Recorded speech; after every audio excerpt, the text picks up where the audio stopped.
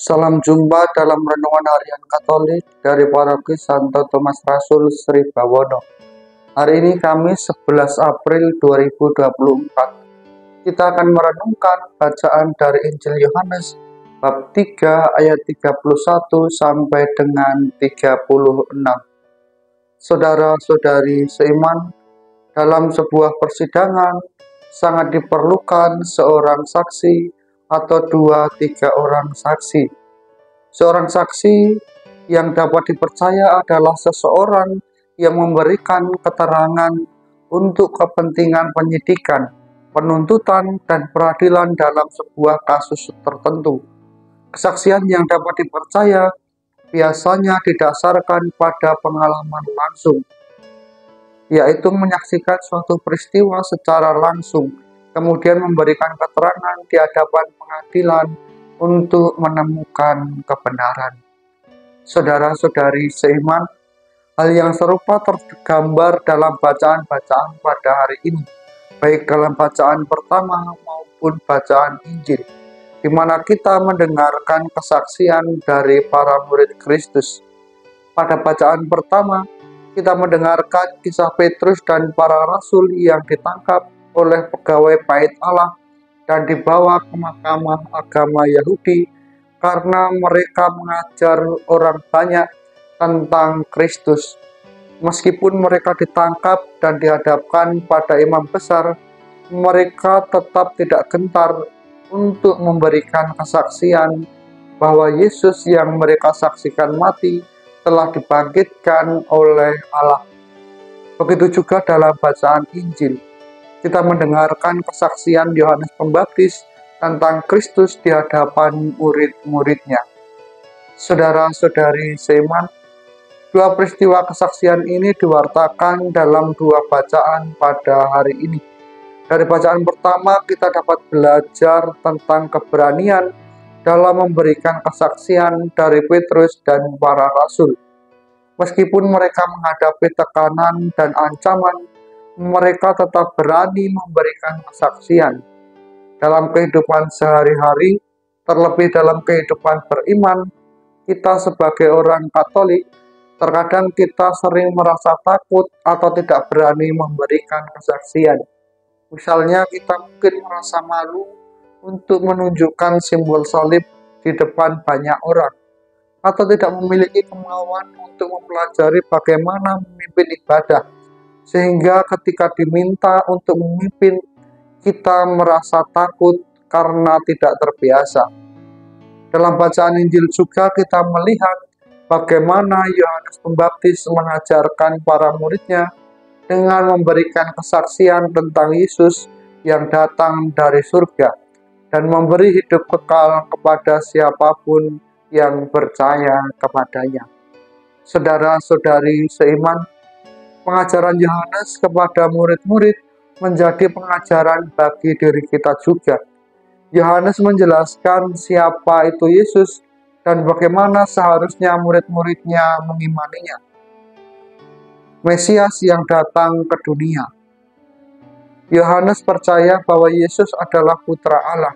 Meskipun ia mempunyai banyak pengikut, namun Yohanes sadar betul bahwa tujuan dari para muridnya bukanlah dirinya. Para murid harus sampai pada Sang Anak Domba Allah. Ia hanya membuka jalan untuk mengarahkan orang pada Sang Mesias. Saudara-saudari seiman, jika kita lihat dalam perjalanan Yohanes, sebenarnya ia bisa saja mengaku diri sebagai utusan Allah. Ia mampu membuat orang-orang tertarik kepadanya karena semua pengajaran dan tindakannya. Ia bisa saja membuat dirinya menjadi orang besar dan menyingkirkan orang lain. Ia bisa saja menjadi yang lebih tenar dan mempunyai banyak pengikut daripada Yesus. Tetapi hal itu tidak ia lakukan. Justru ia membesarkan nama Yesus dan memberi kesaksian yang ilahi bagi Yesus. Yohanes tidak haus kekuasaan. Ia juga tidak mengagungkan diri dengan pujian. Ia tahu dan sadar betul siapa dirinya. Ia menjawab apa yang menjadi kegelisahan murid-muridnya. Ia memberi kesaksian yang benar tentang Yesus. Yohanes rela menenggelamkan diri karena kebenaran ilahi sudah datang. Ia mengarahkan dirinya sendiri dan juga mengarahkan murid-muridnya pada Sang Mesias. Saudara-saudari seiman, bagi kita kesaksian Yohanes ini semakin menambah iman dan kepercayaan kita akan Yesus Kristus, Putra Allah yang hidup. Ia yang datang menebus dan menyelamatkan kita dari kematian kekal. Kita dibawa pada kehidupan kekal. Yesus yang datang dari surga adalah anak tunggal Bapa yang menjadi manusia demi keselamatan manusia. Ia kembali ke surga dengan membawa orang-orang yang percaya kepadanya. Janji keselamatan diberikan oleh Dia yang berasal dari dan adalah sumber keselamatan itu sendiri. Saudara-saudari seiman, selain itu Yohanes menjadi gambaran kehidupan kita yang juga seringkali tidak kita lakukan. Yohanes berani membesarkan nama orang lain. Ia memberi kesaksian yang baik tentang orang lain. Ia memasarkan orang lain supaya daya jualnya menjadi tinggi.